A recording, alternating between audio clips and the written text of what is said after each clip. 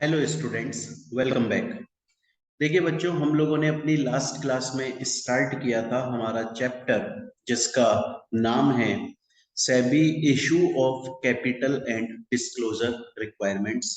Short में इस chapter को बच्चों हम लोग आईसीडीआर के नाम से जानते हैं। इसकी ऑलरेडी इस चैप्टर की हमने एक क्लास पढ़ ली है बच्चों। लास्ट क्लास में हमने ये स्टार्ट कर दिया था। मैंने आपको बताया था कि इशू ऑफ कैपिटल क्या होता है। दूसरा मैंने बच्चों आपको बताया था कि कोई भी कंपनी अगर पब्लिक को अपनी securities, shares, debentures, convertible securities अगर इशू करना चाहती है तो बहुत सारे तरीके होते हैं बच्चों।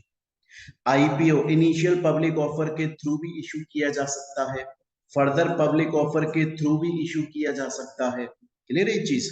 इसके अलावा बोनस इशू भी दे सकते हैं, राइट इशू भी दे सकते हैं, प्राइवेट प्लेसमेंट भी दे सकते हैं, प्रेफरेंशियल अलॉटमेंट भी कर सकते हैं।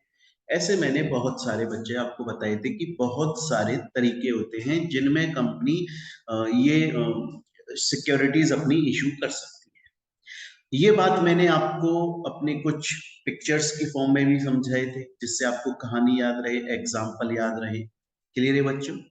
इसके अलावा मैंने आपको बताया था इनिशियल पब्लिक ऑफर क्या होता है और कौन कौन सी कंपनीज इनिशियल पब्लिक ऑफर लेकर आ सकती हैं, कौन कौन सी कंपनीज इनिशियल पब्लिक ऑफर लेकर नहीं आ सकती। ये बात हम लोगों ने अपनी लास्ट क्लास में समझ ली थी।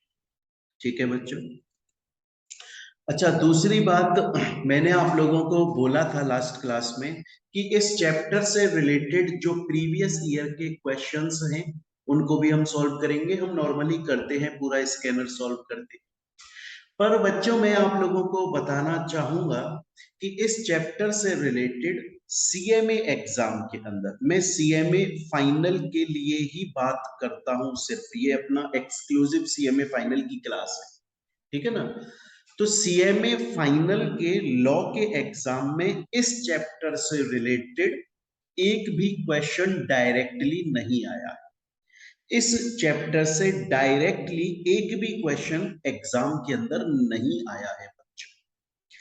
और ये मैं बोल रहा हूं जून 2017 से लेकर और जो अभी लेटेस्ट एग्जाम हुआ है तब तक के लिए बोल रहा हूं। मतलब मैंने पूरा पिछले 6 सालों के एग्जाम पूरा स्कैनर देख लिया, एक भी क्वेश्चन इस चैप्टर में से नहीं आया। पर इसका मतलब ये नहीं है बच्चों कि ये चैप्टर इंपॉर्टेंट नहीं है या इस चैप्टर को हम बहुत अच्छे से नहीं पढ़ेंगे। हम पूरा डीप में जाकर पढ़ेंगे, एक एक कॉन्सेप्ट को एक्सप्लेन करते हुए, अच्छे से समझते हुए पढ़ेंगे बच्चे को। क्लियर है ये चीज। एक एक चीज को हमें अच्छे से पढ़ना है स्टूडेंट्स। तो अब हम स्टार्ट करेंगे। लास्ट क्लास में हम लोगों ने ये पढ़ लिया था कि कौन कौन सी कंपनी इनिशियल पब्लिक ऑफर लेकर नहीं आ सकती। ये हम यहां तक पढ़ चुके थे।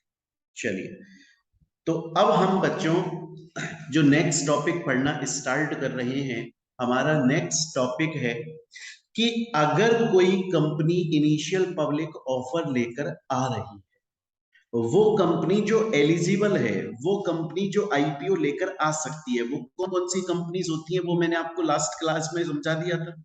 तो अब मैं ये बोल रहा हूं कि अगर कोई भी कंपनी जो कि इनिशियल पब्लिक ऑफर लेकर आ सकती है, अगर वो एक्चुअली में आईपीओ इनिशियल पब्लिक ऑफर लेकर आ रही है, तो कौन कौन सी टर्म्स कंडीशंस उसको फुलफिल करनी पड़ेगी।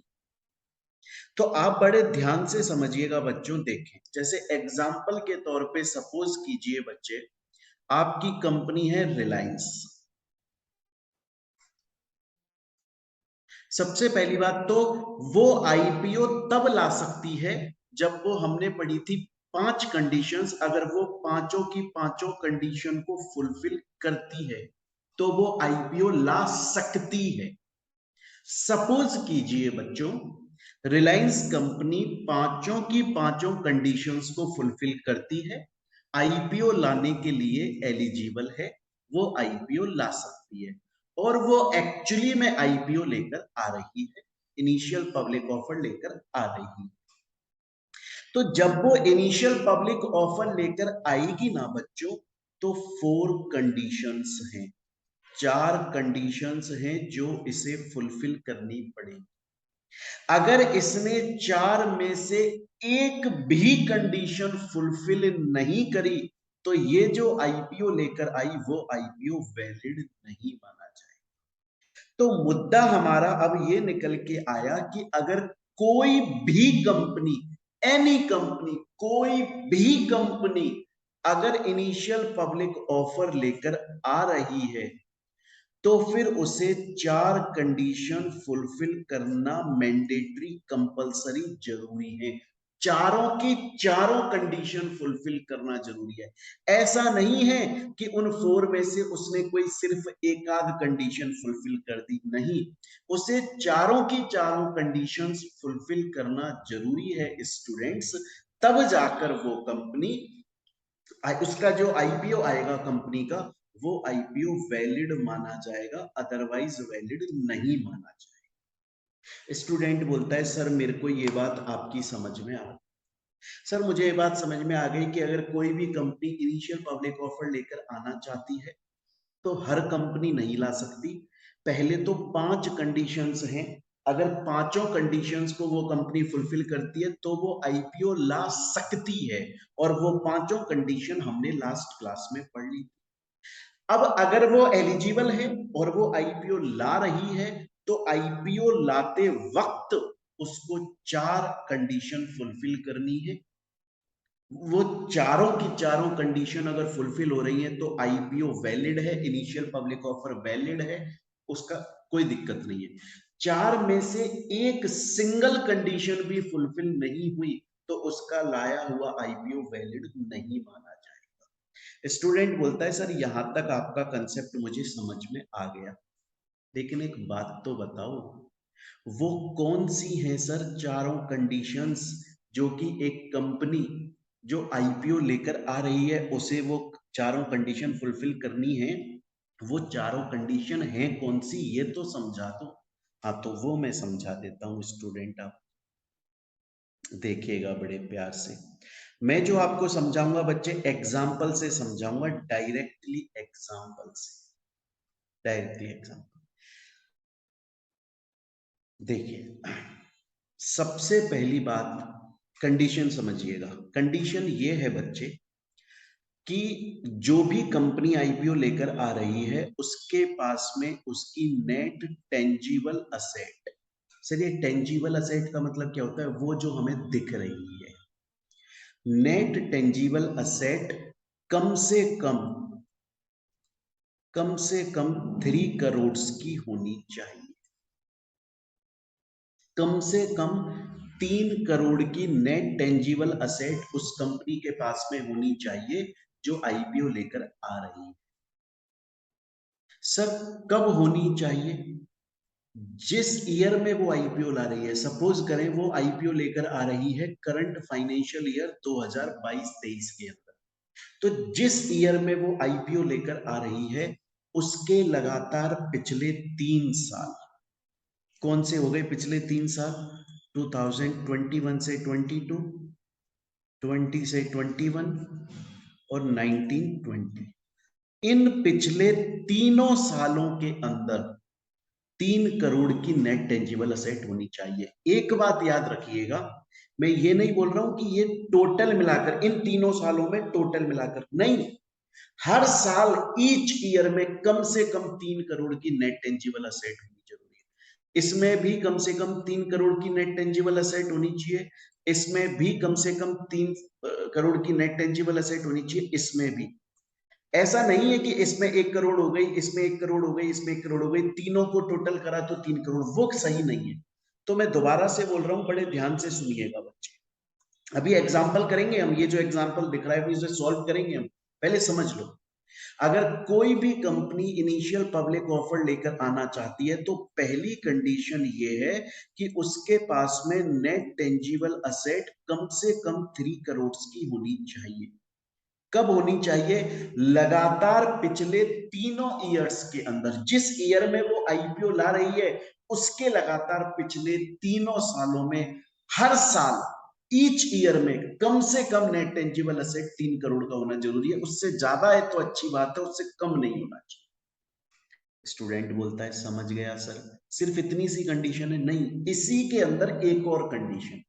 एक तो मैंने आपको बताया कि पिछले 3 सालों में हर साल कम से कम 3 करोड़ की नेट टेंजिबल असेट होना कंपलसरी है, मैंडेटरी है। प्लस प्लस उसमें से अगर मॉनेटरी टर्म्स में है, मॉनेटरी टर्म्स का मतलब होता है कैश में। देखिए, आज आप पैसे कमाओगे तो वो आपकी असेट है। अब बच्चे, आपको पता है हर आदमी आपको ये सजेस्ट करेगा, आपके मम्मी पापा, आपके बड़े भाई, आपके जानने वाले, आपके जो अच्छा सोचने वाले लोग हैं ना, जो एक्सपीरियंस्ड लोग हैं, वो ये बोलेंगे कि बच्चे जो पैसा कमा रहा है ना उसको अपने पास में कैश में मत रख, उसको कहीं इन्वेस्ट कर दे वरना खत्म हो जाएगा, तुझे पता भी नहीं चलेगा तूने कब में पैसा यूज कर लिया। तो पैसा मॉनेटरी मनी की टर्म में हमारे पास में कम से कम रहना चाहिए, सिर्फ उतना रहना चाहिए कि हमारे खर्चे चल सके, वरना बाकी का पैसा तो आपको इन्वेस्ट करना चाहिए। जमीन खरीद लो कहीं पे, सोना चांदी खरीद लो कहीं पे, बहुत सारे लोग शेयर्स में ट्रेड करते हैं, अगर नॉलेज है तो शेयर्स खरीद लो आप। उसी तरह से जो कंपनी आईपीओ ला रही है उसके पास में लगातार पिछले 3 साल में नेट टेंजिबल असेट कम से कम 3 करोड़ का होना जरूरी है। और उसमें से जो मॉनेटरी टर्म्स में, जो मनी में, कैश या बैंक में जो पैसा पड़ा है वो 50% तक हो सकता है, इससे ज्यादा नहीं हो सकता।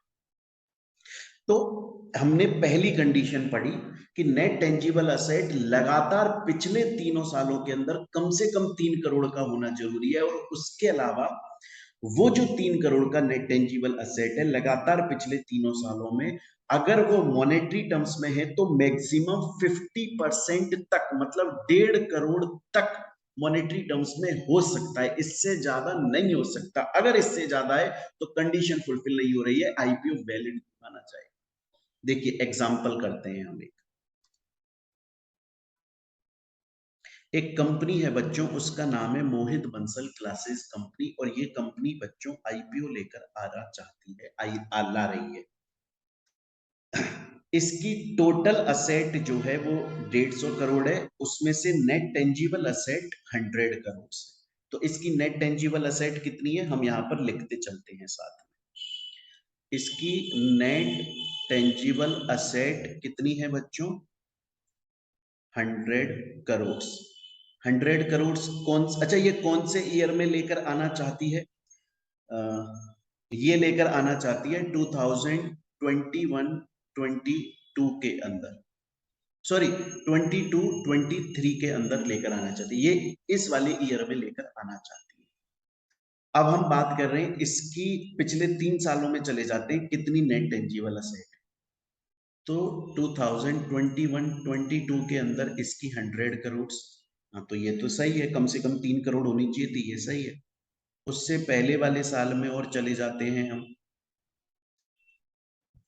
उससे पहले वाले साल के अंदर भी 100 करोड़ है, और उससे पहले वाले साल के अंदर भी 100 करोड़ है।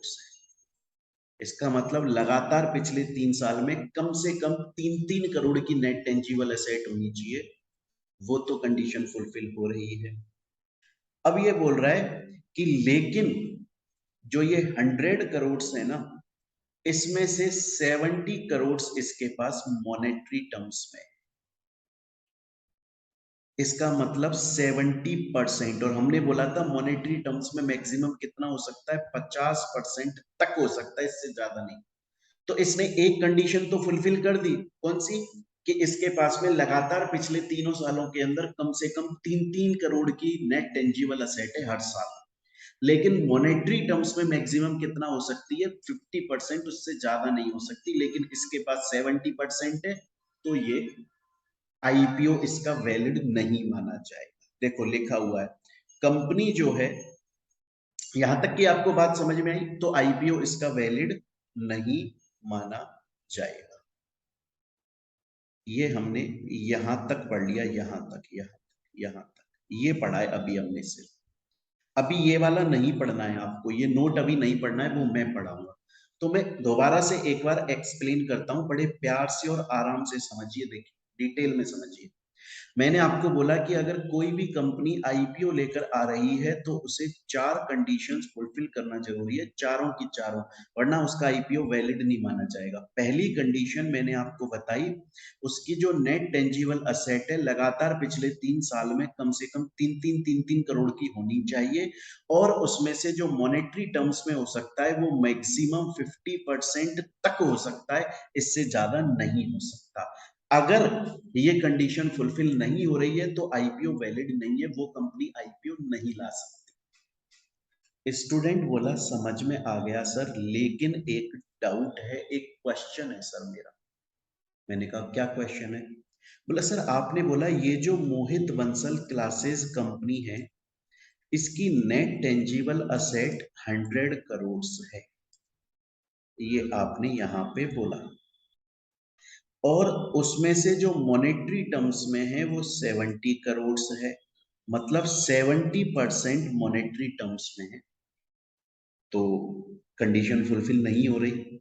लेकिन सर ये मोहित बंसल क्लासेस कंपनी ये बोली कि जो 20 करोड़ रुपया एक्स्ट्रा है, हम मॉनेटरी टर्म्स में कितना रख सकते हैं? मैक्सिमम 50%, मतलब 50 करोड़ तक हम मॉनेटरी टर्म्स में रख सकते हैं, कंपनी रख सकती है, पर रखा हुआ है 70 करोड़, मतलब 20 करोड़ रुपया एक्स्ट्रा रखा हुआ है। कंपनी ने ये बोल दिया कि ये जो 20 करोड़ रुपया एक्स्ट्रा है मॉनेटरी टर्म्स में, मैं इसको अपने किसी पर्सनल यूज में नहीं लूंगी। भाई कंपनी के अंदर पैसा लगाया पब्लिक ने, शेयर होल्डर्स ने, तो उनको ऐसा लगता है पब्लिक को, शेयर होल्डर्स को, कि यार हमने तो कंपनी में पैसा क्यों लगाया। आज आप या मैं कंपनी में पैसा लगाएंगे तो हम ये सोचकर लगाएंगे कि यार ये कंपनी हम जो पैसा लगा रहे हैं उसे कहीं अच्छी जगह इन्वेस्ट करेगी और वहां से प्रॉफिट होगा, और उस प्रॉफिट का कुछ हिस्सा हमको भी मिल जाएगा, इसीलिए तो हम कंपनी में इन्वेस्ट करते हैं। पर अगर वो कंपनी हमारे इन्वेस्ट किए हुए पैसे को अपने पास मॉनेटरी टर्म्स में रख के बैठी है और ऐसी आलतू फालतू की चीजों में खर्च कर रही है, तो हम फिर उस कंपनी में इन्वेस्ट करना ही छोड़ देंगे। लेकिन मोहित बंसल क्लासेस कंपनी ये बोल रही है। और दूसरी बात, आईपीओ जो आ रहा है, इनिशियल पब्लिक ऑफर, वो पब्लिक के पास में ऑफर आ रहा है, तो कानून क्या बोल रहा है? कानून कंपनी से ये बोल रहा है कि यार तुम आईपीओ ला रहे हो, तुम पब्लिक को बोल रहे हो कि आओ मेरी कंपनी में पैसा इन्वेस्ट करो। वो क्यों करेंगे?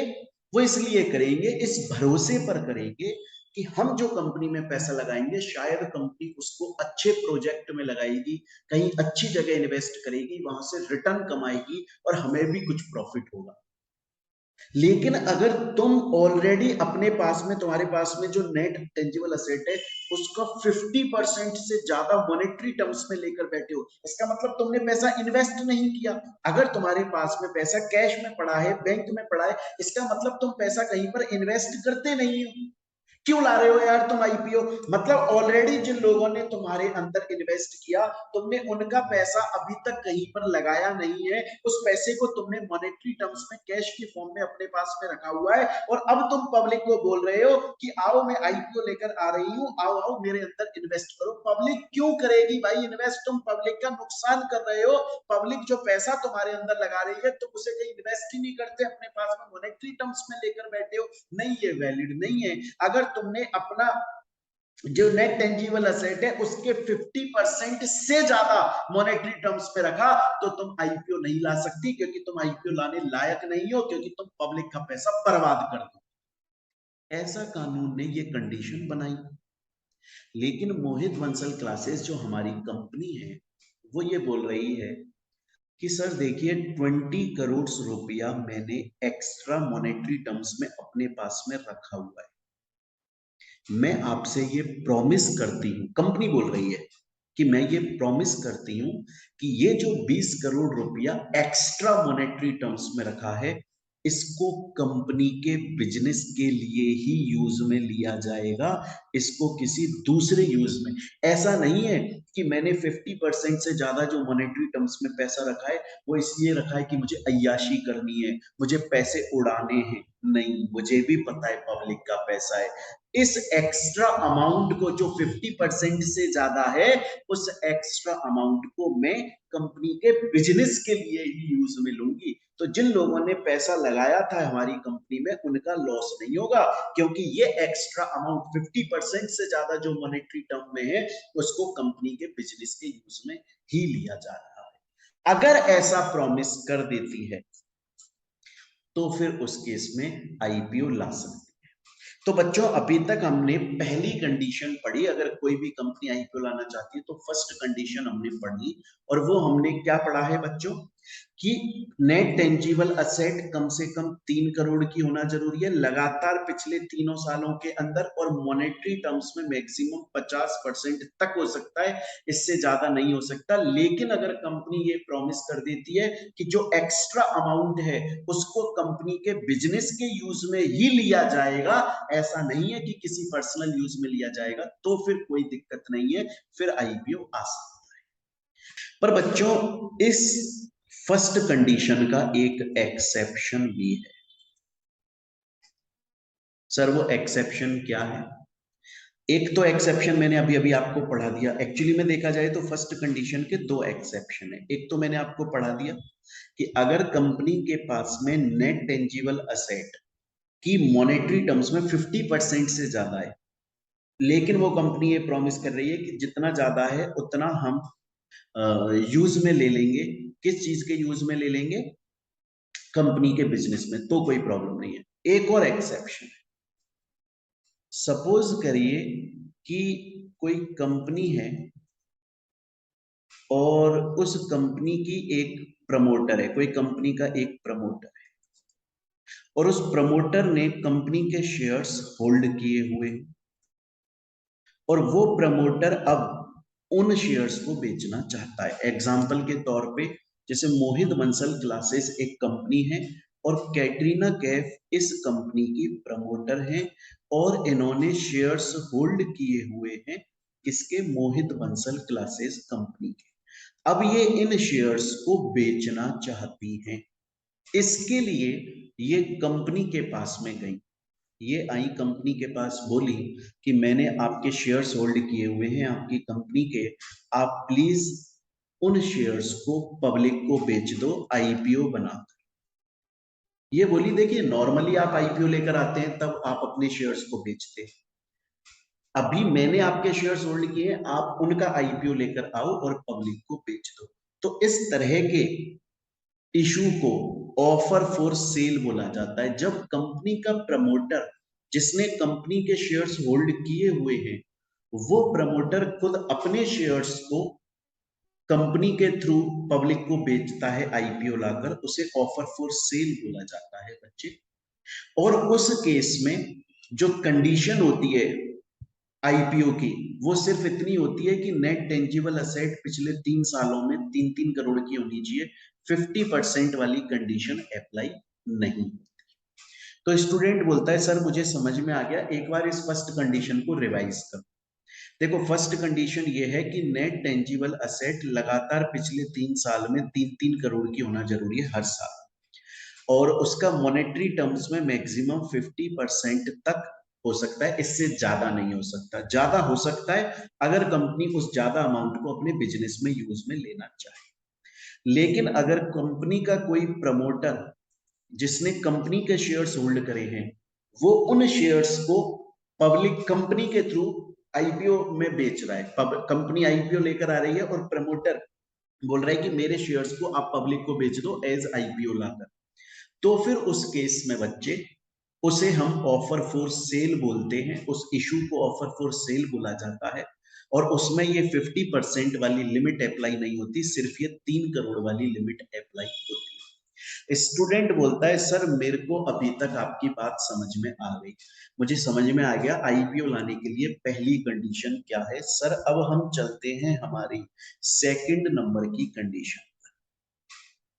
बच्चों सेकंड नंबर की कंडीशन ये है कि कंपनी जिस ईयर में आईपीओ लेकर आ रही है, लगातार उसके पिछले 3 साल के अंदर उसका ऑपरेटिंग प्रॉफिट 3-3 करोड़ का होना जरूरी है,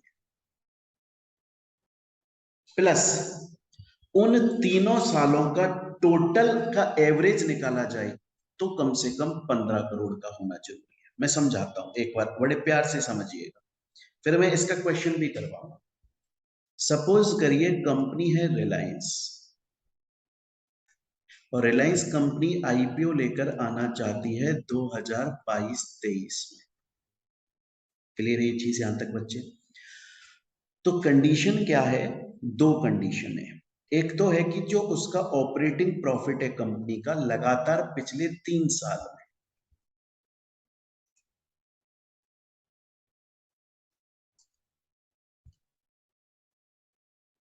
लगातार पिछले 3 साल में कम से कम 3-3 करोड़ का होना जरूरी है, हर साल 3-3 करोड़ का होना जरूरी है।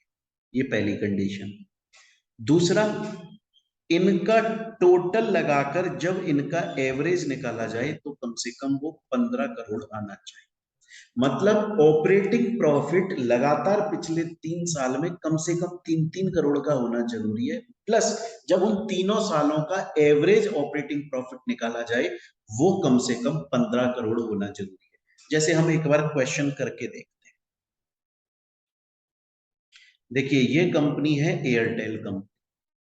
एयरटेल कंपनी 2022-23 ये इसका करंट फाइनेंशियल ईयर है, इसमें आईपीओ लाना चाहती है।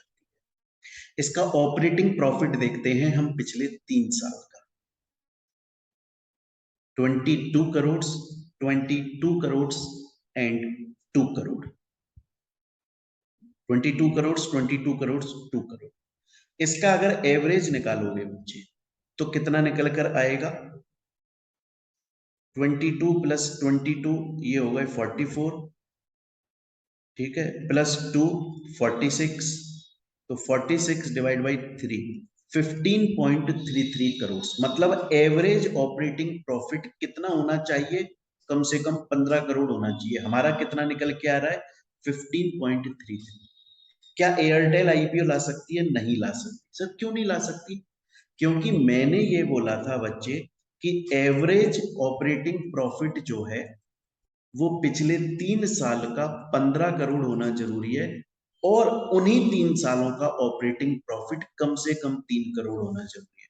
यहां पर देखो ये वाला जो ऑपरेटिंग प्रॉफिट है 2019-20 का, ये 2 करोड़ रह गया।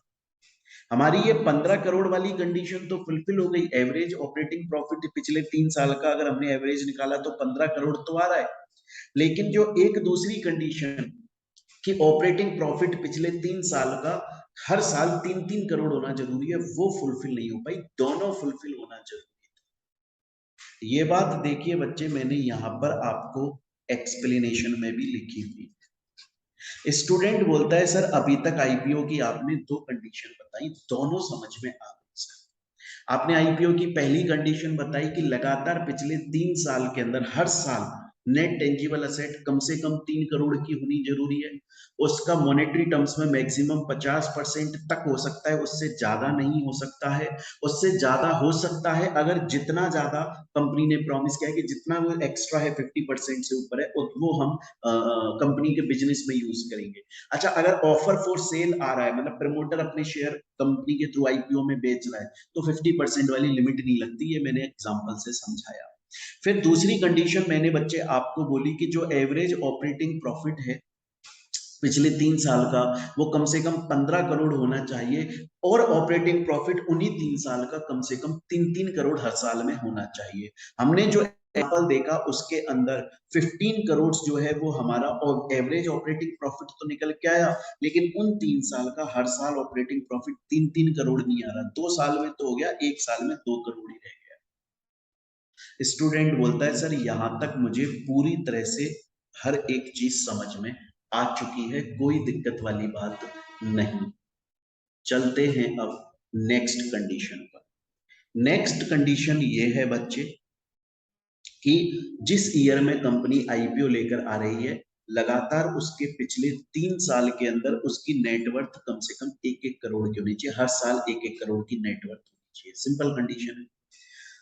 और उसके अलावा कंपनी जिस ईयर में आईपीओ लेकर आ रही है, अगर जैसे कंपनी सपोज करें कि एयरटेल कंपनी है और एयरटेल कंपनी आईपीओ ला रही है 2022-23 में, तो अगर पिछले 1 साल के अंदर ड्यूरिंग लास्ट 1 ईयर, पिछले 1 साल के अंदर अगर उस कंपनी ने अपना नाम चेंज किया है, तो कंपनी का जो प्रॉफिट है उस प्रॉफिट का कम से कम 50% कंपनी के पुराने नाम पे होना चाहिए। ऐसा नहीं है कि कंपनी तो बहुत पुरानी चल रही है और अभी अभी नाम चेंज कराए, इसका मतलब कंपनी ने जो प्रॉफिट कमाया वो तो पुराने नाम से ही कमाया, अब कंपनी ने नाम चेंज कर लिया तो वो प्रॉफिट नए नाम पर आ गया, ऐसा नहीं। कंपनी ने अगर अभी अभी नाम चेंज किया ड्यूरिंग लास्ट 1 ईयर, तो टोटल प्रॉफिट का कम से कम 50% उसके पुराने नाम पे होना चाहिए। स्टूडेंट बोलता है सर मुझे बहुत अच्छे से समझ में आ गया, आपने सिंपल सी ये बात बताई है कि अगर कोई भी कंपनी इनिशियल पब्लिक ऑफर लेकर आ रही है तो 4 कंडीशंस फुलफिल करना जरूरी है। नेट टेंजिबल असेट आपने बताया 3 करोड़ का होना जरूरी है।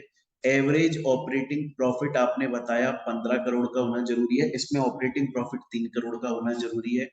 नेट वर्थ सर आपने बताई 1 करोड़ की होना जरूरी है, और अगर नाम चेंज हुआ है तो उसमें आपने बताया 50% प्रॉफिट नए नाम पे होना चाहिए। बहुत अच्छे से समझ में आ गई है, कोई दिक्कत वाली बात नहीं। स्टूडेंट बोला सर यहां तक सब कुछ समझ में आ गया, लेकिन एक डाउट आ गया। मैंने कहा क्या डाउट है, पूछो। बोला सर एक कंपनी है और उस कंपनी का नाम है मोटू पतलू कंपनी लिमिटेड।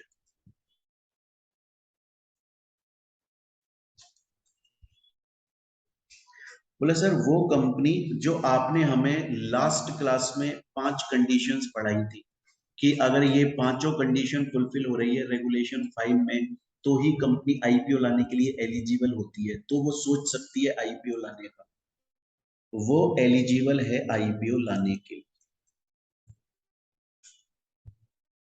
तो वो लेकर आ रही है आईपीओ, लेकर आना चाहती है। फिर अभी अभी आपने बताया कि अगर वो कंपनी आईपीओ लेकर आना चाहती है तो ये 4 कंडीशन उसको फुलफिल करनी है। सपोज करें सर ये 4 कंडीशन वो फुलफिल नहीं कर पाए, चारों में से कोई, मैंने बोला चारों की चारों कंडीशन, ऑल कंडीशंस फुलफिल होना मैंडेटरी है, कंपलसरी। या तो वो कोई एक आध कंडीशन फुलफिल नहीं कर पा रही, बाकी उसने कर दी, 4 में से 3 कर दी, एक नहीं कर पा रही, या चारों की चारों नहीं कर पा रही, या 2 नहीं कर पा रही। कहने का मतलब है अगर ये चारों की चारों कंडीशन फुलफिल नहीं कर पा रही तो सर वो आईपीओ नहीं ला सकती, मतलब उसका आईपीओ इनवैलिड है। मैंने कहा सर क्या कोई ऐसा दूसरा तरीका है कि कंपनी रेगुलेशन 5 में एलिजिबल है आईपीओ लाने के लिए? आपने बोला आईपीओ लाना है तो ये कंडीशन फुलफिल करनी पड़ेगी, 4 कंडीशन, वो ये कंडीशन फुलफिल नहीं कर पा रही है, तो कोई दूसरा तरीका है? हाँ जी दूसरा तरीका है। अगर कोई कंपनी, हमने ये जो अभी 4 कंडीशन पढ़ी ये आती है रेगुलेशन 6 सब रेगुलेशन 1 के अंदर। किसमें आती है? रेगुलेशन 6 सब रेगुलेशन 1 के अंदर आती है ये चारों कंडीशंस। अगर कोई कंपनी आईपीओ लेकर आना चाहती है लेकिन वो रेगुलेशन 6 सब रेगुलेशन 1, मतलब ये चारों कंडीशन फुलफिल नहीं कर पा रही है, या 4 में से कोई एक आध भी फुलफिल नहीं कर पा रही है, तो निराश होने वाली बात नहीं है उस कंपनी के लिए। उसके रेगुलेशन 6 सब रेगुलेशन 2 में कुछ ऑल्टरनेटिव कंडीशन दी हुई है, अगर वो उस ऑल्टरनेटिव कंडीशन को फुलफिल कर देती है तो भी वो आईपीओ ला सकती है। तो अब स्टूडेंट के दिमाग में जो बात समझ में आई वो ये समझ में आई कि सर अगर किसी कंपनी को आईपीओ लाना है तो पहला काम उसका है जो कंपलसरी है कि रेगुलेशन 5 की पांचों कंडीशन फुलफिल करना, तब वो एलिजिबल होती है। उसके बाद में वो रेगुलेशन 6 सब रेगुलेशन 1 की चारों कंडीशन फुलफिल करे। नहीं कर पा रहा है बाई चांस, अगर वो कंपनी नहीं कर पा रही है तो रेगुलेशन 6 सब रेगुलेशन 2 की कंडीशन को फुलफिल करके भी वो आईपीओ ला सकती है। ऐसा नहीं है, रेगुलेशन 6 सब रेगुलेशन 1 में जो 4 कंडीशन है, अगर कंपनी उनको नहीं फुलफिल कर पाई तो आईपीओ ला ही नहीं सकती, ला सकती है। रेगुलेशन 6 सब रेगुलेशन 2 में कुछ ऑल्टरनेटिव कंडीशन दी हुई है, वो अगर फुलफिल हो जाती हैं तो फिर लाया जा सकता है। स्टूडेंट बोला ठीक है, यहां तक मैं समझ गया। सर वो रेगुलेशन 6 सब रेगुलेशन 2 में जो ऑल्टरनेटिव कंडीशन है वो क्या है, वो समझा देते हैं, बड़ी ही इजी है। पर उसको समझने के लिए आपको दो कंसेप्ट समझाने पड़े, दो बड़े बड़े कंसेप्ट पहले मुझे आपको समझाने हैं, जो कि सीएमए फाइनल के लॉ के मॉड्यूल में नहीं दिए हैं। इन्होंने क्या करा है, सीएमए इंस्टीट्यूट वालों ने, मैं किसी की बुराई नहीं करता, मेरी आदत नहीं, पर इन्होंने क्या किया है कि इन्होंने डायरेक्ट कोई टॉपिक डाल दिया है, लेकिन उस टॉपिक से रिलेटेड जो अदर टॉपिक्स हैं वो नहीं दिए हैं आपके सिलेबस में। तो जो बच्चा सेल्फ स्टडी कर रहा है वो तो वहीं खत्म हो जाएगा, क्योंकि उसे समझ में ही नहीं आएगा यार ये क्या पढ़ा, ये क्या लिख रहा है इस मॉड्यूल के अंदर। उसके लिए आपको फिर प्रॉपर क्लासेस चाहिए जो आपको सब कुछ एक्सप्लेन करे। तो अब हम बात, पहले मैं आपको दो अलग कॉन्सेप्ट समझाता हूं, फिर मैं आपको समझाऊंगा रेगुलेशन 6 सब रेगुलेशन 2 क्या बोलता है। ध्यान से पढ़ें बच्चे। जब भी कोई कंपनी, देखिए मैं एक मिनट,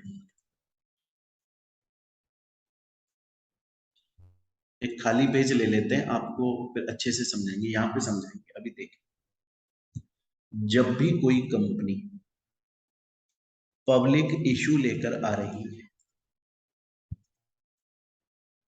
कोई भी कंपनी पब्लिक के पास में इशू लेकर आना चाहती है, मतलब वो कंपनी अपने शेयर्स को या डिवेंचर्स को या किसी भी तरह की सिक्योरिटी को पब्लिक को इशू करना चाहती है, चाहे से आईपीओ के थ्रू, चाहे से एफपीओ के थ्रू, किसी भी तरीके से लाना चाहती है।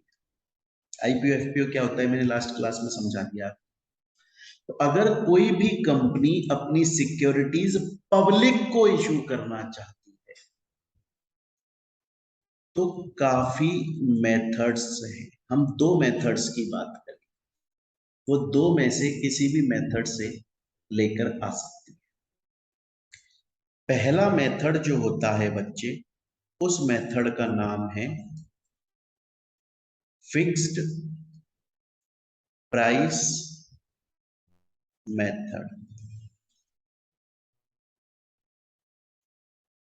फिक्स्ड प्राइस मेथड के अंदर क्या होता है, फिक्स्ड प्राइस मेथड के अंदर कंपनी खुद अपने शेयर्स की प्राइस फिक्स कर देती है।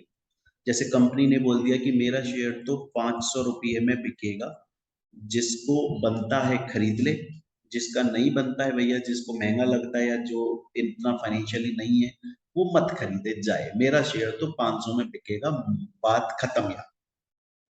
तो ये हो गया फिक्स्ड प्राइस मेथड। लेकिन बच्चों एक दूसरा मेथड भी होता है, इसमें तो कंपनी ने खुद ने प्राइस फिक्स करी। एक दूसरा मेथड भी होता है बच्चे, जिसको बोला जाता है बुक बिल्डिंग मेथड। इसके अंदर कंपनी खुद प्राइस फिक्स नहीं करती, बल्कि वो लोगों से बोली लगवाती है, बिड्स लगवाती है। बिड्स, बिड्स का मतलब बोली लगवाती है। लोग बोली लगाते हैं और फिर जिस अमाउंट पर ज्यादा बोली आ जाती है या जो सबसे हाईएस्ट अमाउंट होता है उस पर वो कंपनी फिक्स कर देती है, उतने पे शेयर इशू कर देती है। तो ये समझ में आया कि अगर कोई भी कंपनी पब्लिक के पास में सिक्योरिटीज का इशू लेकर आ रही है, चाहे से शेयर्स, चाहे से डिवेंचर, चाहे से कोई सी भी सिक्योरिटी, तो वो कंपनी कैसे ला सकती है, मेथड्स होते हैं। या तो फिक्स्ड प्राइस मेथड, कंपनी ने खुद ने बोला इतने रुपए की शेयर है, खरीदना है खरीदो, नहीं खरीदना मत खरीदो भैया, टाटा बाय बाय। एक होता है कि बुक बिल्डिंग, उसके अंदर कंपनी खुद प्राइस फिक्स नहीं करती, बल्कि लोगों से बोला जाता है कि आप बोली लगाओ और फिर जो प्राइस सही लगेगी कंपनी उस पे इशू कर देती है शेयर्स। स्टूडेंट बोला यहां तक की कहानी समझ में आ गई, लेकिन सर एक डाउट है। मैंने कहा क्या डाउट है? सर ये जो बुक बिल्डिंग मेथड है, आपने बोला कि इसमें कंपनी खुद प्राइस फिक्स नहीं करती, लोगों से बोलियां लगवाती है। तो लोग तो सर 0 रुपए पे बोली लगा देंगे, वो तो ये बोलेंगे हमें फ्री में दो। आज अगर किसी स्टूडेंट से मैं ये बोलूं कि बच्चों मैं आपके इस चैप्टर का टेस्ट लूंगा, डेट आप तय करो कि कब लेना है, तो वो बच्चा बोलेगा सर जब हमारा एग्जाम हो जाए ना फाइनल, हम खत्म सीए में छोड़ दें तब ले ले। इसका कहने का मतलब क्या हुआ? कहने का मतलब ये हुआ कि अगर कंपनी बुक बिल्डिंग मेथड में पब्लिक से बोली लगवा रही है, तो पब्लिक तो 0 रुपए पे लगा देगी ना। इसीलिए बच्चों, जब भी बुक बिल्डिंग मेथड आता है तो कंपनी एक फ्लोर प्राइस देती है। कंपनी एक फ्लोर, फ्लोर क्या है? आपके पैरों के नीचे इस वक्त क्या है? फ्लोर है, जमीन है। और जमीन से नीचे कुछ नहीं होता, वो मिनिमम प्राइस। तो कंपनी क्या करती है? कंपनी जब भी बुक बिल्डिंग मेथड से इशू ला रही है तो लोग बोली लगाते हैं, नो डाउट, लेकिन कंपनी उनको एक फ्लोर प्राइस, एक मिनिमम प्राइस देती है कि इतने प्राइस से नीचे कोई बोली नहीं लगा सकता। जो बोली है वो इस प्राइस पर या इससे ऊपर लगानी है, इससे नीचे की बोली वैलिड नहीं होगी। ये इतना तो कम से कम मेरी शेयर का प्राइस होगा ही होगा। अब तुम बोलियां लगाना स्टार्ट करो इस प्राइस पे, फ्लोर प्राइस, मिनिमम प्राइस पर, या इससे ज्यादा प्राइस पर। स्टूडेंट बोला चलिए ठीक है सर, बुक बिल्डिंग मेथड से कंपनी इशू ला सकती है, इसमें कंपनी खुद प्राइस फिक्स नहीं करती, लोगों से बोलियां लगवाती है। लोगों से बोलियां लगवाने के लिए कंपनी फ्लोर प्राइस दे देती है, मिनिमम प्राइस दे देती है। पब्लिक को इस प्राइस पे या इससे ज्यादा प्राइस पे बोली लगानी होती है। सर ज्यादा कितनी? तो उसके लिए क्या होता है बच्चों, उसके लिए कंपनी देती है साथ में प्राइस बैंड। एक तो कंपनी ने फ्लोर प्राइस दे दिया, साथ में प्राइस बैंड दे दिया। ये क्या होता है? ये मिनिमम प्राइस मतलब फ्लोर प्राइस और मैक्सिमम प्राइस के बीच का डिफरेंस होता है।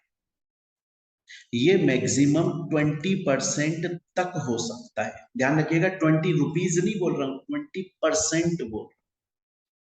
इसका मतलब क्या हुआ? इसका मतलब ये हुआ, सपोज करें एक कंपनी आई, Tata group company. Tata company बोली कि बुक बिल्डिंग मेथड से आप बोली लगाओ मेरे शेयर की। फ्लोर प्राइस उसने 100 रुपए बोली। फ्लोर प्राइस कितनी बोली? 100 रुपए। और उसने प्राइस बैंड भी दे दिया आपको 11% का। तो 100 रुपए तो मिनिमम प्राइस खुद टाटा कंपनी ने बोल दी, और बोला प्राइस बैंड 11% का है। मतलब जो मेरी फ्लोर प्राइस है उसमें प्राइस बैंड प्लस कर लो, तो कैप प्राइस, मैक्सिमम प्राइस निकल आएगी 111 रुपए। मैक्सिमम प्राइस आ गई। तो 100 से 111 के बीच में बोलियां लगा। तो बच्चे floor price, minimum price, book building method में जब लोग बोली लगाते हैं तो कंपनी देती है फ्लोर प्राइस, साथ में प्राइस बैंड। ये दो चीजें कंपनी दे देती है, फ्लोर प्राइस और प्राइस बैंड। जो फ्लोर प्राइस है वो मिनिमम प्राइस है, उससे नीचे बोली नहीं लगाई जा सकती। और फ्लोर प्राइस में प्राइस बैंड ऐड कर लो, मैक्सिमम प्राइस आ जाएगी। तो मिनिमम और मैक्सिमम, इसके बीच में पब्लिक को बोलियां लगानी है।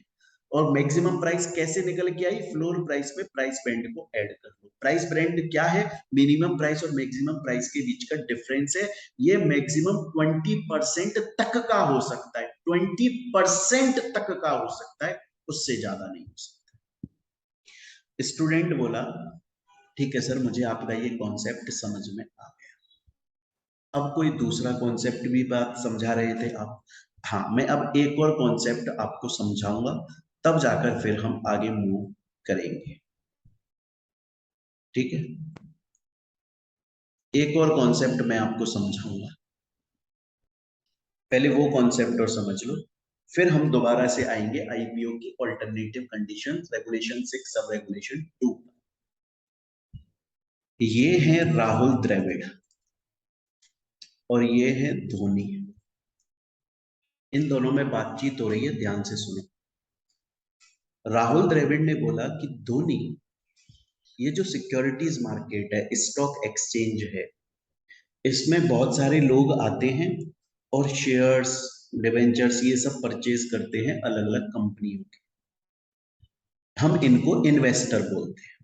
तो जो लोग सिक्योरिटीज मार्केट में आ रहे हैं, शेयर्स डिवेंचर को परचेज कर रहे हैं, हम उन्हें क्या बोलते हैं? हम उन्हें इन्वेस्टर बोलते हैं, इन्वेस्टर। ये कितने टाइप के होते हैं? वो लोग जो शेयर्स डिवेंचर खरीद रहे हैं, मतलब सिक्योरिटीज मार्केट में इन्वेस्ट कर रहे हैं, मतलब स्टॉक एक्सचेंज में ट्रेड कर रहे हैं। कितने टाइप के लोग होते हैं? धोनी भाई बोले कि 3 टाइप के लोग होते हैं। बोले 3 टाइप के कौन कौन से? वो बोले नाम से समझना, बड़ी जल्दी समझ में आएगा, नाम से समझना। सबसे पहले होते हैं RII।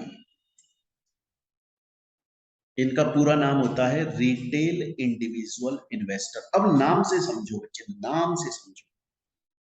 इंडिविजुअल मतलब नेचुरल पर्सन, मेरी और आपकी तरह इंडिविजुअल, अकेला आदमी, इंसान। इंडिविजुअल मतलब नेचुरल पर्सन। और रिटेल, रिटेल का मतलब कम क्वांटिटी में खरीदने वाला। तो रिटेल इंडिविजुअल इन्वेस्टर कौन होता है? Retail individual investor individual natural person होता है जो कि मैक्सिमम 2 लाख रुपए तक के शेयर्स या उससे कम के शेयर परचेज करता है। 2 लाख रुपए से ज्यादा के शेयर्स नहीं खरीदता। समझे? और मैं 2 लाख शेयर्स नहीं बोल रहा हूं, मैं 2 लाख शेयर्स नहीं बोल रहा हूं, मैं 2 लाख रुपीज के शेयर्स बोल रहा हूं। तो धोनी समझाने लगा राहुल द्रविड़ साहब को कि सिक्योरिटीज मार्केट में इन्वेस्ट करने के लिए 3 टाइप के इन्वेस्टर्स होते हैं। उनमें से एक होता है रिटेल इंडिविजुअल इन्वेस्टर। ये इंडिविजुअल नेचुरल पर्सन है, मेरी और आपकी तरह रिटेल है, कम मात्रा में खरीदता है, कम क्वांटिटी में खरीदता है। ये मैक्सिमम 2 लाख रुपए तक या उससे कम के शेयर्स परचेज करता है। राहुल द्रविड़ का एक क्वेश्चन निकल कर आया। राहुल द्रविड़ बोले, धोनी भाई 2 लोग हैं, एक है सचिन तेंदुलकर और एक है वीरेंद्र सहवाग। ये दोनों लोग इंडिविजुअल हैं और दोनों लोग नेचुरल पर्सन हैं।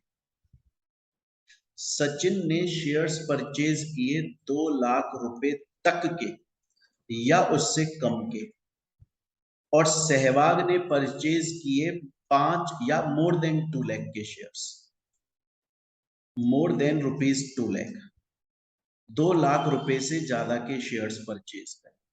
दोनों लोग इंडिविजुअल हैं, दोनों लोग नेचुरल हैं। तुमने बोला कि जो इंडिविजुअल और नेचुरल पर्सन है, अगर वो 2 लाख रुपए तक या उससे कम के शेयर परचेज कर रहा है तो उसको रिटेल इंडिविजुअल इन्वेस्टर बोलते हो। मतलब Sachin Tendulkar retail individual investor हो गया। लेकिन सहवाग वो भी इंडिविजुअल पर्सन है, वो भी नेचुरल पर्सन है, लेकिन उसने 2 लाख रुपए से ज्यादा के शेयर्स परचेज किए। उसको क्या बोलोगे? Non institutional investor. नाम से सुनो, नाम से। नॉन इंस्टीट्यूशनल, इंस्टीट्यूशनल का मतलब बॉडी कॉर्पोरेट, बिल्डिंग, जैसे कोई कंपनी हो गई। नॉन इंस्टीट्यूशनल मतलब इंस्टीट्यूशन नहीं है। तो इंस्टीट्यूशन नहीं है तो कौन है? तो इंडिविजुअल नेचुरल पर्सन है, सहवाग। तो सिंपल सी बात ये हो गई कि अगर इंडिविजुअल नेचुरल पर्सन 2 लाख रुपए तक के शेयर्स खरीद रहा है तो हम उसे रिटेल इंडिविजुअल इन्वेस्टर बोलते हैं। अगर इंडिविजुअल नेचुरल पर्सन 2 लाख रुपए से ज्यादा के शेयर्स खरीदता है तो हम उसे नॉन इंस्टीट्यूशनल इन्वेस्टर बोलते हैं। राहुल द्रविड़ बोले, मुझे समझ में आ गया। बोला तीसरे टाइप का इन्वेस्टर कौन सा होता है? QIB, क्वालिफाइड इंस्टीट्यूशनल बायर भी बोलते हैं इसको। इन्वेस्टर बोल दो या बायर, बी जो है वो लास्ट में इसलिए आ रहा है, क्वालिफाइड इंस्टीट्यूशनल बायर या इन्वेस्टर बोल दो आप, एक ही बात। नाम से समझ में आ जाएगा। इंस्टीट्यूशनल मतलब ये कोई इंडिविजुअल नेचुरल पर्सन नहीं है, ये आर्टिफिशियल पर्सन है, ये बॉडी कॉर्पोरेट है, ये एक्चुअली में कोई कंपनी है। और आप एक बात सोचो बच्चे, आज एक तो मैं या आप शेयर्स खरीदें और एक कोई कंपनी शेयर्स खरीदेगी, वो बल्क में खरीदेगी, बहुत सारे शेयर्स खरीदेगी। मेरे और आपके जैसे लोग या तो हम 2 लाख रुपए तक के खरीदेंगे तो रिटेल इंडिविजुअल इन्वेस्टर है, 2 लाख से ज्यादा है तो नॉन इंस्टीट्यूशनल है। लेकिन क्वालिफाइड इंस्टीट्यूशनल बायर क्यूआईबी ज्यादा से ज्यादा प्राइस पे ज्यादा से ज्यादा शेयर्स खरीदते। आ रही है मेरी बात समझ में? आता है? पहली बात। एक और बात समझाता हूं बच्चे में, एक और चीज समझाता हूं। हालांकि ये जो मैं समझाने वाला हूं इसको मैं और डिटेल में समझाऊंगा, पर अभी के लिए थोड़ा सा समझ। देखो, रिटेल इंडिविजुअल इन्वेस्टर ये देखा जाए तो आम आदमी है। आदमी का मतलब ये नहीं है कि सिर्फ मैं मेन की बात कर रहा हूँ, वेमेन की भी बात कर रहा हूँ, मैं सबकी बात कर रहा हूँ। मैं अपनी एक नॉर्मल लैंग्वेज में समझा रहा हूँ आपको कि ये आम इंसान, मेरे और आपके जैसा, जो थोड़ा बहुत सिक्योरिटीज मार्केट में ट्रेड करके थोड़ा बहुत कमाना चाहता है। बहुत बड़े एम्बिशंस नहीं है, हम बहुत ज्यादा रिस्क ले भी नहीं सकते, हमें उतना पैसा इन्वेस्ट भी नहीं करना है। तो बच्चे आम आदमी है, मैं शेयर्स में पैसा इन्वेस्ट कर रहा हूँ सपोज कर, और मेरे को ये पता है कि मैं 2 लाख रुपए तक के ही करूंगा, इससे ज्यादा के नहीं करूंगा। मैं RI रिटेल इंडिविजुअल इन्वेस्टर, और मुझे सस्ते शेयर्स चाहिए, मैं महंगा थोड़ी ना खरीदूंगा। लेकिन जो QIB है वो तो बल्क में शेयर खरीदता है, और उसका काम ही ट्रेडिंग करना है, ये उसका मेन बिजनेस धंधा है, ये उसका, यहीं से पैसा कमाता है वो असली। आपको पता है QIB जो क्वालिफाइड इंस्टीट्यूशनल बायर कंपनी है, वो ये चाहती है कि मैं महंगे से महंगे शेयर्स खरीदूं। आज हम लोग क्या चाहते हैं कि हम सस्ते से शेयर्स खरीद लें, कोई कंपनी सस्ते में अपने शेयर दे दे, हम खरीद लें। QIB चाहता है कि वो जब शेयर्स खरीदे तब वो महंगे से महंगा खरीदे। ऐसा क्यों? क्योंकि हम जो रिटेल इंडिविजुअल इन्वेस्टर होते हैं ना, वो ये सोचते हैं कि 5 रुपए का शेयर खरीद लो। 5 का आता नहीं है, एग्जाम्पल जैसे सपोज करो, वो ये सोचता है कि मैं 100 रुपए का शेयर खरीद लूं और उसकी प्राइस 105 भी पहुंच गई, मतलब 5 रुपए मुझे एक शेयर पे मिल रहे हैं, तो मेरे पास 1000 शेयर है, मैं बेच दूंगा, 5000 रुपए की कमाई हो जाएगी मेरे लिए बहुत। लेकिन जो QIB होता है ना, वो ये बोलता है कि नहीं भाई, 500 रुपए का शेयर खरीद, क्योंकि शेयर जितना महंगा होगा उतनी ही तेजी से वो बढ़ेगा। 100 रुपए का शेयर धीरे धीरे करके अपनी प्राइस बढ़ाएगा, लेकिन 500 रुपए वाला शेयर एकदम से कब 600 का, 700 का, 800 का, 1000 का हो जाएगा पता ही नहीं चलेगा। इसीलिए जब भी कोई भी कंपनी पब्लिक में इशू लेकर आती है, तो इशू एक ही ला रही है। जैसे एयरटेल कंपनी इशू ला रही है, तो इशू एयरटेल ही ला रही है, एक ही इशू लेकर आ रही है, एक ही तरह के शेयर्स उसमें बेचे जाएंगे, लेकिन रिटेल वालों को कम प्राइस पे दिए जाते हैं और QIB को ज्यादा प्राइस पे दिए जाते हैं। क्यों? क्योंकि रिटेल इंडिविजुअल इन्वेस्टर को ज्यादा प्राइस पे दोगे तो वो खरीदेगा नहीं, और QIB को कम प्राइस पे दोगे तो उसका मन नहीं करेगा। इसीलिए कंपनी सेम इशू लेकर आ रही है, सेम शेयर्स लेकर आ रही है, बस रिटेल वालों को कम प्राइस पे और QIB को ज्यादा प्राइस पे। अब एक बात बताओ, कंपनी एयरटेल कंपनी की कमाई ज्यादा कहां से हो रही है? QIB से, क्योंकि वो एक तो बल्क में शेयर ज्यादा क्वांटिटी में खरीद रहा है और ज्यादा प्राइस में खरीद रहा है। तो एयरटेल कंपनी सपोज कर 100 शेयर्स बेच रही है, तो 100 में से अगर मैं बोलूं 75% शेयर्स वो किसको बेचे? QIB। बाकी बचे हुए 25 में इन दोनों को निपटा ले, बाकी बचे हुए 25 में इन दोनों को निपटा ले। भाई आज अगर मेरे पास में मैं कंपनी हूं, तो मेरे को ये पता है QIB मेरे को कमाई करके देगा, रिटेल और नॉन इंस्टीट्यूशनल से कमाई होगी उतनी नहीं होगी। मैं इनको कम प्राइस पे दे रहा हूं, तो इनके लिए शेयर्स भी मैं कम ही रखूंगा कि तुम लोग बस इतने ही है, इनमें खरीद लो जिसको जो खरीदना है। QIB के लिए मैं एक ज्यादा क्वांटिटी में शेयर्स अवेलेबल। तो बच्चों, ये कुछ मैंने आपको कॉन्सेप्ट जो समझाए हैं वो इसलिए समझाए हैं क्योंकि अब मैं नेक्स्ट आपको ये समझा दूं ऑल्टरनेट कंडीशन, उससे पहले मैं रिवाइज कर दूं एक बार। अभी तक मैंने आपको ये समझाया, कोई भी कंपनी IPO लेकर आना चाहती है तो रेगुलेशन 5 जो कि हमने लास्ट क्लास में पढ़ी थी, अगर उसकी कंडीशन फुलफिल होती है तो कंपनी एलिजिबल है, IPO ला सकती है, अदरवाइज उसे सोचना ही नहीं है।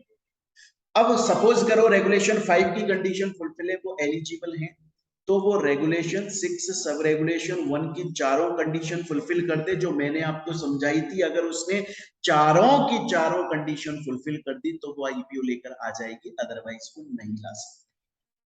और उसके अलावा अगर उसने चार में से एक भी कंडीशन फुलफिल नहीं करी तो फिर वो रेगुलेशन 6 सब रेगुलेशन 1 के थ्रू तो नहीं ला सकती आईपीओ, तो फिर वो रेगुलेशन 6 सब रेगुलेशन 2 के थ्रू आईपीओ लेकर आएगी। ऑल्टरनेट कंडीशन वो क्या होती है?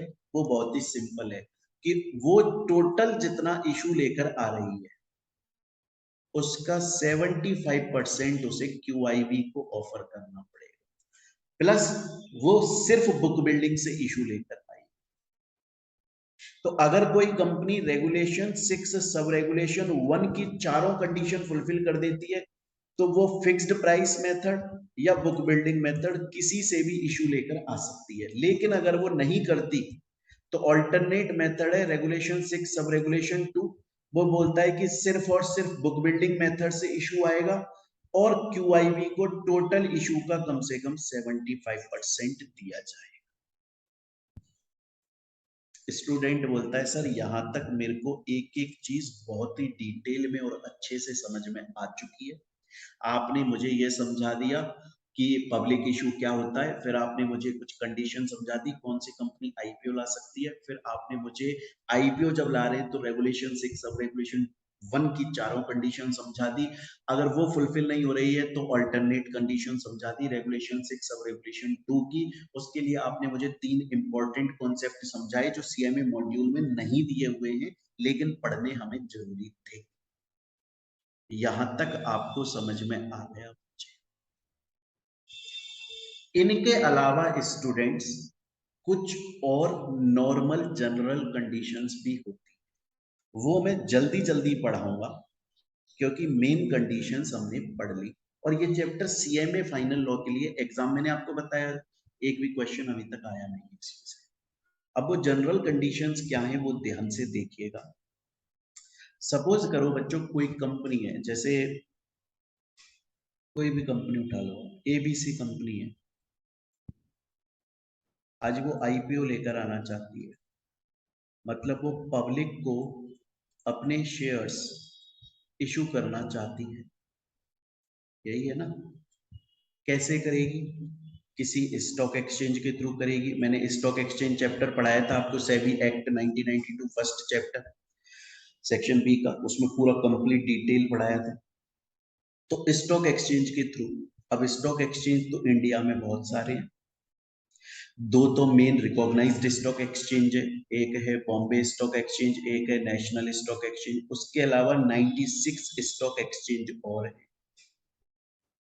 पब्लिक को कैसे पता लगेगा कि एबीसी कंपनी अपना ये जो आईपीओ ला रही है इसमें जो वो पब्लिक को शेयर्स इशू करेगी वो कौन से वाले स्टॉक एक्सचेंज के थ्रू ला रही है? पब्लिक को कैसे पता लगेगा?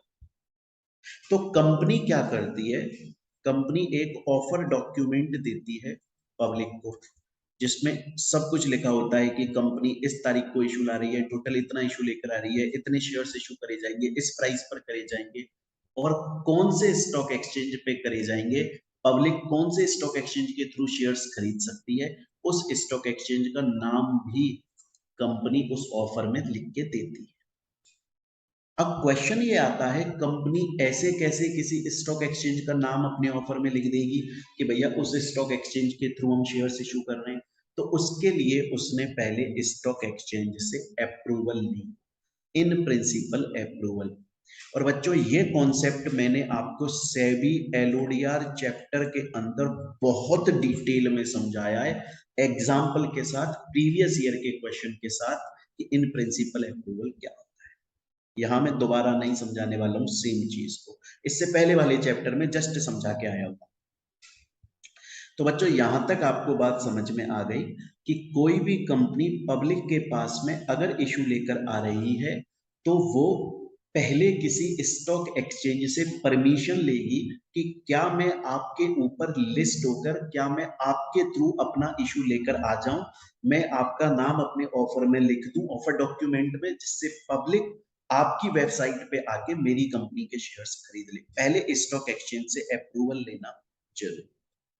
पहली बात। दूसरी बात, बच्चों आपको पता होगा आज 2022 चल रहा है, और सिर्फ आज से नहीं, बहुत पहले से, इवन 2014 से अगर आप बात करो या उससे भी पहले से एक्चुअली में डीमेट होने लग गया है सब कुछ। मतलब शेयर्स इलेक्ट्रॉनिकली बेचे और खरीदे जाते हैं। अब फिजिकली कौन रख रहा है? रखने वाले रख रहे हैं, लेकिन ज्यादातर लोग इलेक्ट्रॉनिकली। तो कंपनी इलेक्ट्रॉनिकली शेयर्स को इशू करे, और उसके लिए उसे क्या करना पड़ेगा? उसके लिए उसे एक डिपॉजिटरी के साथ में एग्रीमेंट करना पड़ेगा। क्यों करना पड़ेगा? सुन लें आप।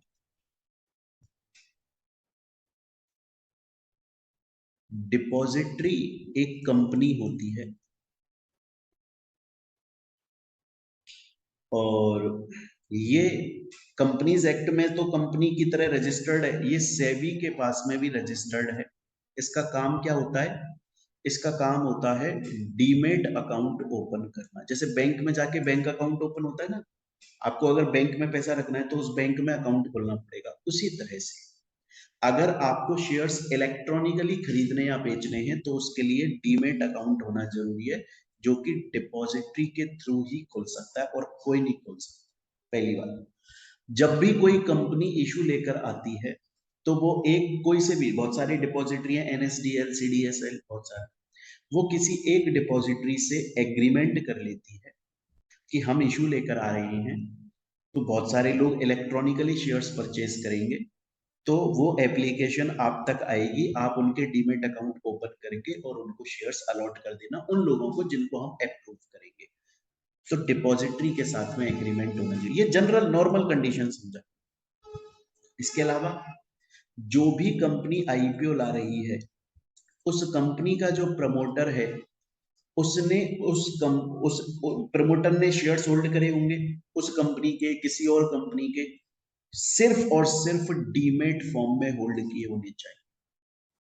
अगर कोई कंपनी आईपीओ ला रही है तो उस कंपनी के प्रमोटर ने जो शेयर्स होल्ड करे हैं वो सिर्फ और सिर्फ इलेक्ट्रॉनिकल फॉर्म में होल्ड करे हो, फिजिकल फॉर्म में नहीं करे हो। अदरवाइज वो कंपनी आईपीओ नहीं ला सकती जब तक वो प्रमोटर उनको इलेक्ट्रॉनिकल फॉर्म में कन्वर्ट नहीं करा। इसके अलावा वो कंपनी जो आईपीओ ला रही है, अगर उसके पहले से जो शेयर्स उसने इशू करे हैं वो फुली पेड अप होने चाहिए, पार्टली पेड अप नहीं होने चाहिए। ये कंडीशन आपको समझ में आई, नॉर्मल कंडीशंस। इसके अलावा नेक्स्ट और भी कुछ कंडीशन हम देख लेते हैं कि क्या होता है। जैसे सपोज कीजिए एयरटेल कंपनी है, और एयरटेल कंपनी ने सपोज कीजिए कि कन्वर्टेबल सिक्योरिटीज इशू करी थी। कन्वर्टेबल सिक्योरिटीज का मतलब क्या होता है? डिवेंचर्स इशू करे थे कन्वर्टेबल, और बोला था कि जब मैच्योर हो जाएंगे तो आप हमसे पैसा ले लेना या इक्विटी शेयर्स ले लेना। मैच्योर हो गए, कंपनी ने रिफंड नहीं कराए, मतलब कंपनी डिफॉल्टेड है। हो सकता है वो डिवेंचर्स के केस में हो, पब्लिक डिपॉजिट, किसी भी केस में अगर वो कंपनी डिफॉल्टेड है और वो डिफॉल्ट 6 महीने तक हो चुकी है, तो वो कंपनी आईपीओ नहीं ला सकती जब तक उस डिफॉल्ट को वो सही ना कर ले। इसके अलावा जब भी कोई कंपनी आईपीओ लेकर आएगी तो खरीदने वाले लोग कम से कम 1000 तो होने चाहिए। 1000 से कम लोग हैं तो वो आईपीओ वैलिड नहीं। आईपीओ की भी इज्जत होती है, ठीक है। तो बच्चों यहां तक हम लोगों ने अभी तक इनिशियल पब्लिक ऑफर के बारे में सब कुछ पढ़ लिया। अब हम चलते हैं फर्दर पब्लिक ऑफर के बारे में। बच्चों फर्दर पब्लिक ऑफर क्या होता है ये मैंने आपको अपनी लास्ट क्लास में बहुत ही डिटेल में समझाया। अगर आपको आईपीओ समझ में आ गया तो एफपीओ समझने में 1 मिनट लगेगा मुश्किल से। मैंने आपको आईपीओ की रेगुलेशन 5 पढ़ाई थी कि 5 कंडीशन अगर फुलफिल हो रही हैं तो ही वो कंपनी आईपीओ ला सकती है, अदरवाइज वो कंपनी आईपीओ नहीं ला सकती। ये एफपीओ अगर कोई कंपनी लाना चाहती है तो उसको भी ये पांचों की पांचों कंडीशन फुलफिल करनी पड़ती है। बस ये बात रेगुलेशन 102 में लिखी है। दूसरी, नेक्स्ट आ जाते हैं। अगर कोई कंपनी एफपीओ ला रही है तो उसके लिए भी कंडीशन होंगी। आईपीओ के लिए कंडीशन हमने कहाँ पढ़ी थी? आईपीओ के लिए पढ़ी थी रेगुलेशन 6 सब रेगुलेशन 1 में 4 कंडीशन। एफपीओ के लिए रेगुलेशन 103 में सिर्फ एक कंडीशन है कि अगर कंपनी ने अपना नाम चेंज किया है तो कम से कम 50% प्रॉफिट नए नाम पे। अगर वो ये कंडीशन फुलफिल नहीं कर पा रही है तो सेम ऑल्टरनेट कंडीशन उसके पास में भी है जो आईपीओ में थी, सेम है सब कुछ। तो बच्चों आज की क्लास में यहां तक हम लोगों ने अभी तक क्या समझा? बच्चों अभी तक हम लोगों ने समझ लिया इस चैप्टर के अंदर कि आईपीओ क्या है, एफपीओ क्या है, एलिजिबल कंडीशंस क्या है, फिर उसके बाद में आईपीओ ला रहे हो तो क्या मेन कंडीशन है, क्या उसकी ऑल्टरनेट कंडीशन है, एफपीओ की क्या मेन कंडीशन है, क्या ऑल्टरनेट कंडीशन। तो स्टूडेंट्स यहां तक आप लोगों को एक बार ये चैप्टर अच्छे से पढ़ना है। नेक्स्ट क्लास के अंदर हमारा ये चैप्टर एंड हो जाएगा क्योंकि अब बहुत ही छोटे से टॉपिक बचे हैं। मैं दूसरी बात बता दूं बच्चों, इस चैप्टर को मैंने बहुत डिटेल में आपको समझाया है। अगर आप सीएमए मॉड्यूल के हिसाब से पढ़ोगे इस चैप्टर को तो ये कब का खत्म हो चुका होता, लेकिन अगर आप खुद से पढ़ रहे होते तो आप इसको समझ ही नहीं पाते। मैं ये नहीं बोल रहा हूँ कि मेरे से पढ़ना, आप किसी से भी पढ़ो, जो जिसका मर्जी करे पढ़ो आप, लेकिन मैं आपको बता रहा हूँ कि इसको खुद से पढ़ते तो नहीं समझ में आते। तो जो भी बच्चे सीएमए मॉड्यूल अगर देख रहे हो ना, तो अब अगर वो मॉड्यूल पढ़ेंगे, अदरवाइज पढ़ने की जरूरत नहीं है, हमारी नोट्स आपके पास में है, उससे आप अपना पढ़ेंगे तो ये कंप्लीट है। और अगर अब एग्जाम में इस चैप्टर से रिलेटेड बाई चांस कोई क्वेश्चन आता है तो आप उसको बहुत इजीली कर लोगे, कोई दिक्कत नहीं आने वाली। चलिए बच्चों मिलते हैं हम अपनी नेक्स्ट क्लास में। Thank you.